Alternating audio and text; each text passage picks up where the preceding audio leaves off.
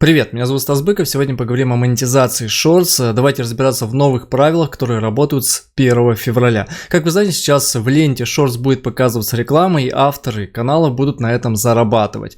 Я думаю, вам сегодня пришло это письмо, сегодня мы запускаем распределение дохода от рекламы в Shorts, обязательно его прочитайте. Если вы не приняли новые условия, это нужно сделать, только после этого вы сможете зарабатывать, только после этого будет реклама в ленте Shorts у вас показываться. Также здесь есть вот ссылочка, изучите и примите новые условия. Я уже это сделал, у меня есть предыдущее видео, если вы еще не видели, посмотрите обязательно. Вот, вы уже ознакомились с новыми условиями, больше ничего делать не нужно. То есть я перехожу монетизация, реклама в ленте Shorts, и все у меня здесь активно. Если у вас все сделано, давайте разбираться в новых правилах, да, которые YouTube разместил в справке YouTube. И сейчас мы будем вместе разбираться в новых правилах, которые YouTube недавно выкатил. И, конечно же, посмотрим, сколько у нас будет получаться зарабатывать с 1 миллиона просмотров. Проще говоря, какой CPM будет, да, и какие правила в отношении коротких видео будут работать. Итак, также переходим во вкладку доход. Здесь есть доход с основных видео, и также есть вот эффективность контента Shorts. Вот за январь 3 цента удалось заработать. Но опять же, вот только сутки прошли, вот только сегодня, да, начинает показываться реклама в ленте. Ну и плюс у меня образовательный контент, и я уже месяца 2 Shorts не выгружал. Поэтому все будем накапливать, смотреть, анализировать, поэтому подписывайтесь на канал, чтобы не пропускать следующие ролики с аналитикой и с конкретными результатами.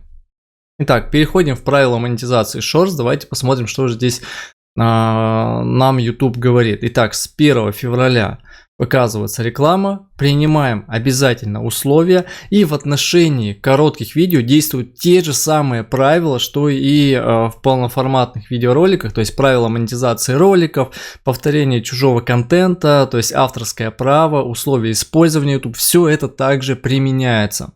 Как включить распределение дохода, мы с вами уже пообщались, то есть нужно принять условия, когда вы их примете, с этого момента вы сможете зарабатывать. Какой контент подходит для размещения рекламы? На любой контент, монетизируемый за счет рекламы, распределяется ограничение по типам контента для монетизации. Вы можете получать доход только от тех видео Shorts, которые соответствуют правилам в отношении контента. Но опять же, то же самое все, да, вот то, о чем мы уже говорили много раз. Монетизация, то есть насилие, контент для взрослых, шокирующий контент, да, дискриминация, все это также здесь будет лишать вас рекламы, то есть реклама не будет показываться. Также хочу сказать, что в России сейчас реклама не показывается, монетизация есть, но рекламы нет, поэтому мы с вами зарабатываем как на основных видео, так и на шортсах, только тогда, когда реклама показывается в других странах, то есть люди смотрят ваш контент из других стран, тогда у них реклама показывается. И на этом мы как раз зарабатываем. Конечно же, заработок просел у блогеров в России, но сейчас такие условия, мы адаптируемся и пытаемся выйти на новые источники доходов. Об этом, кстати, тоже буду говорить в следующих видео. Не пропускайте, подписывайтесь на канал. Какие просмотры Shorts не засчитываются? Опять же, просмотры неоригинальных Shorts, видео других авторов, взятых с YouTube, и не только. Подборка чужих материалов без добавления нового контента. То есть, опять же, то, о чем я говорил, чтобы не было серого контента, нужно себя добавлять, то есть показывать. Я уже, кстати, записывал видеоурок, как можно делать шорты на компьютере. Это я в онлайн-школе делал, да, но может быть в общий доступ тоже отдельно запишу на следующей неделе. Поэтому себя добавляйте, чтобы у вас было добросовестное использование контента. То есть вы, когда добавляете видеоряд, чтобы это считалось как дополнение. И видеоряд можно убрать. Вы там говорите, вы что-то рассказываете, и это не повлияет на основу вашего видео. Тогда это нормально, да. Но если видеоряд убирается, смысла в этом видео не получается, да, то, конечно же, нужно переделывать саму концепцию, то есть саму идею, потому что такие видео не будут монетизироваться. Недействительные или набранные искусственные просмотры, опять же, та же самая накрутка, или просмотры шортс, не соответствующих ограничениям по типу контента для монетизации. То есть мы с вами знаем эти правила для полноформатных видео, поэтому здесь каких-то изменений не произошло. Итак, самое интересное, как же распределяется доход? Вот давайте с этим вместе с вами разбираться. Распределение дохода от рекламы, которая показывается между видео в ленте Shorts, а не на странице просмотра, как при монетизации обычных видео. То есть то, что в ленте, вот здесь вот есть картиночка, да, то есть реклама, потом короткие видео, штуки 4-5, да, потом опять реклама. То есть реклама не будет часто показываться, думаю, по крайней мере, пока, да. Итак, есть 4 этапа, которые нужно пройти, чтобы понять, сколько мы с вами будем зарабатывать. Итак, первое – это вычисление общей суммы дохода от рекламы, то есть ежемесячный доход от рекламы между видео в ленте Shorts суммируется. Дальше мы используем эти средства для выплаты вознаграждения авторам, а также для покрытия расходов на лицензирование музыки. То есть, если в вашем Shorts есть музыка, то есть за это нужно будет заплатить. Второй этап – это расчет совокупного дохода авторов. Затем доход от рекламы в ленте Shorts выделяется в совокупный доход авторов с учетом количества просмотров и использования музыкальных треков во всех Shorts авторов, монетизирующих контента. Да, то есть то, о чем я сейчас сказал.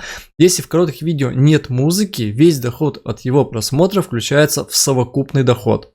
Если есть музыка, да, опять же, за минусом выплаты за музыку. То есть соотношение зависит от количества треков в видео.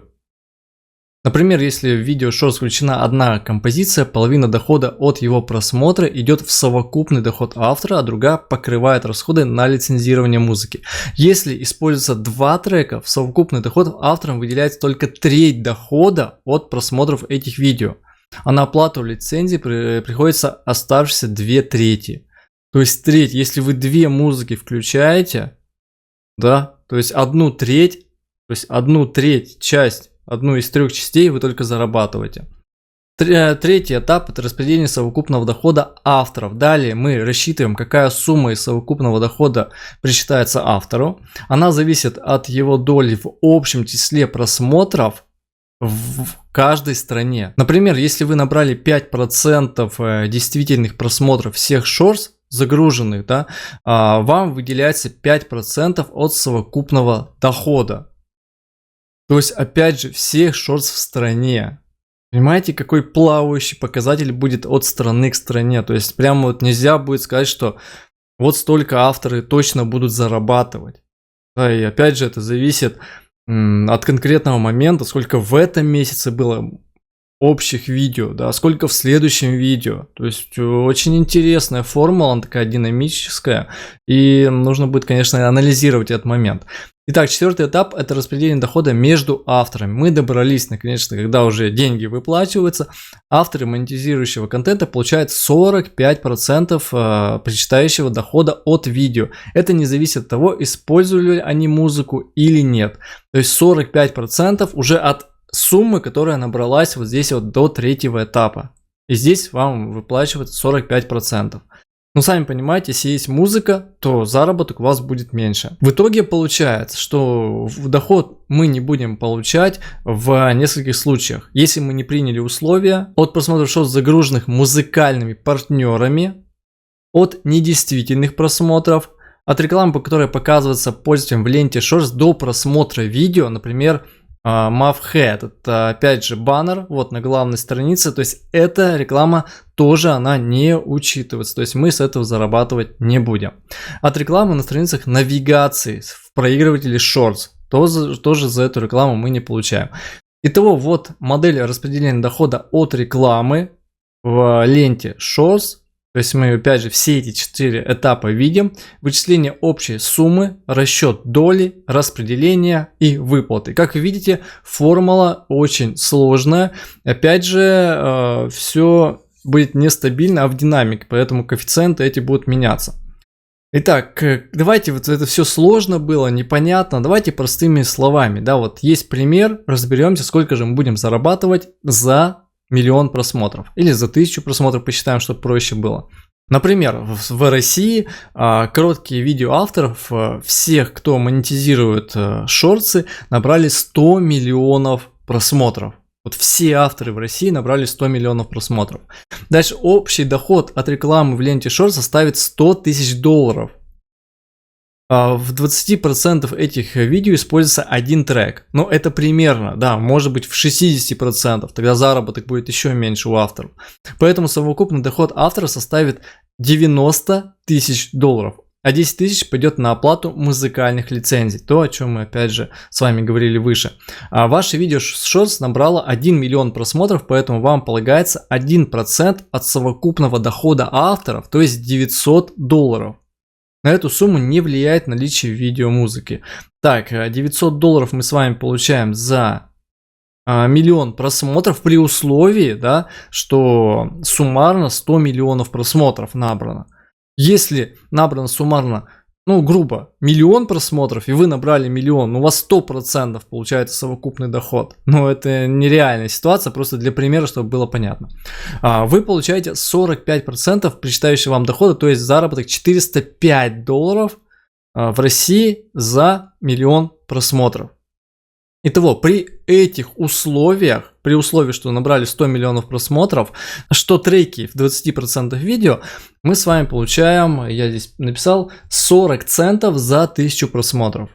В полноценных видео, вот конкретно в образовательной бизнес-нише, я получал от 6 до $10 за 1000 коммерческих просмотров, то есть рекламных просмотров. А здесь получается 40 центов, то есть $0,50 даже нету, да. Но опять же, учитывайте, что шорты, они гораздо больше просмотров набирают, поэтому шансов заработать, ну или попасть вот в этот интервал заработка ваших стандартных видео будет проще, да.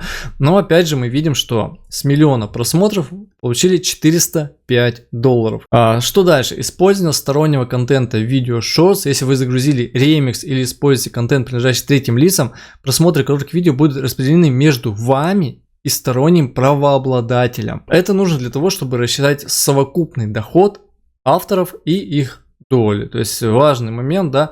Опять же, для тех, кто делает перезаливы или переделки чужого контента, да, то есть, опять же, доход будет перераспределяться между вами и автором, еще меньше. Конечно же, больше будут зарабатывать авторы, которые делают уникальный свой контент, сами себя записывают, сами кого-то снимают, сами монтируют, да, вот это видео, и весь контент, каждая секунда шортса будет их, тогда они будут больше, конечно же, зарабатывать. Итак, доход по премиум тоже можно посмотреть. YouTube выплачивает 45% чистого дохода от YouTube премиум. В премиуме тоже там сложная формула, суммарно от всех просмотров. На вашем канале тоже YouTube какую-то долю выплачивает. Итак, как посмотреть свой доход? То есть, опять же, мы уже посмотрели. Вкладка доходы, эффективность контента, шортс, подробнее. То есть, мы с вами вот здесь через меню можем сделать это.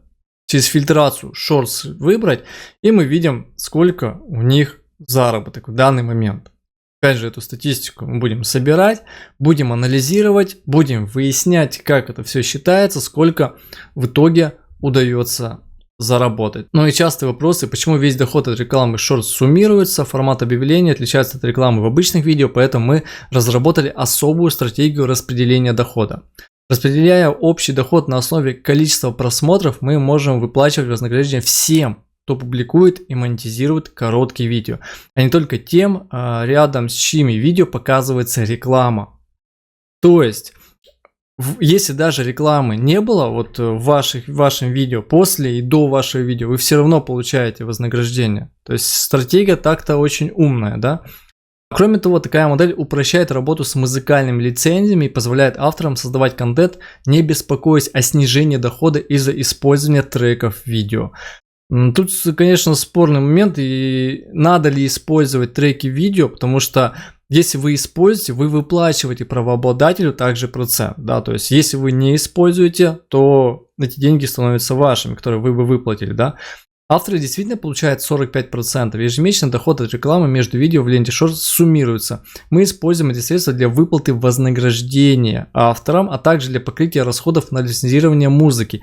Из общей суммы, выделенной авторам, они получают 45% дохода, независимо от того, используют ли они музыку в своих коротких видео. Какой контент относится к музыкальному? Музыку для использования видео Shorts представляют музыкальные партнеры YouTube. Они также могут заявлять на нее права. К такому типу контента относятся звуковые дорожки, треки и клипы, и, например, интервью с исполнителями. Можно ли будет дальше получать средства из фонда? С 1 февраля фонд прекращает свою работу. Мои короткие видео попадают в ленту Shorts, но не приносят доход. Может ли зарабатывать на них, если я не участвую в партнерской программе? Нет, конечно же. То есть вы можете зарабатывать только в том случае, если вы создали кабинет AdSense или подключились к рабочему кабинету AdSense и приняли все условия партнерской программы, в том числе условия на короткие видеоролики. Как я узнаю, что мои видео Shorts приносят доход? Опять же, статистику мы с вами посмотрели, в аналитике все это будет видно. Ну что, я вас всех поздравляю, то есть с монетизацией коротких видео. Давайте сейчас вместе с вами дальше работать над развитием своих каналов, над контентом. И опять же, я говорил, что если у вас есть полноформатные видео, вы размещаете на своем канале, там 1-2 ролика в неделю, то один шортс в неделю стабильно я бы тоже рекомендовал. Сейчас, если вы увидите, что у вас шортсы залетают и набирают просмотры, значит вы будете получать вознаграждение, может быть стоит приравнять даже 2 полноформатных видео и 2 шортса, и так каждую неделю. И это будет более эффективно, да, потому что шортсы создавать в некоторых темах, даже в большинстве, гораздо проще, чем полноформатные 15, 20, 30 минутные видеоролики. Здесь, конечно же, все индивидуально, поэтому в комментариях здесь отпишите, что вы думаете про монетизацию коротких видео, какая у вас тема, и обязательно подписывайтесь на канал и ставьте лайки. Будем вместе с вами разбираться дальше. С вами сегодня был Стас Быков, до новых встреч, пока.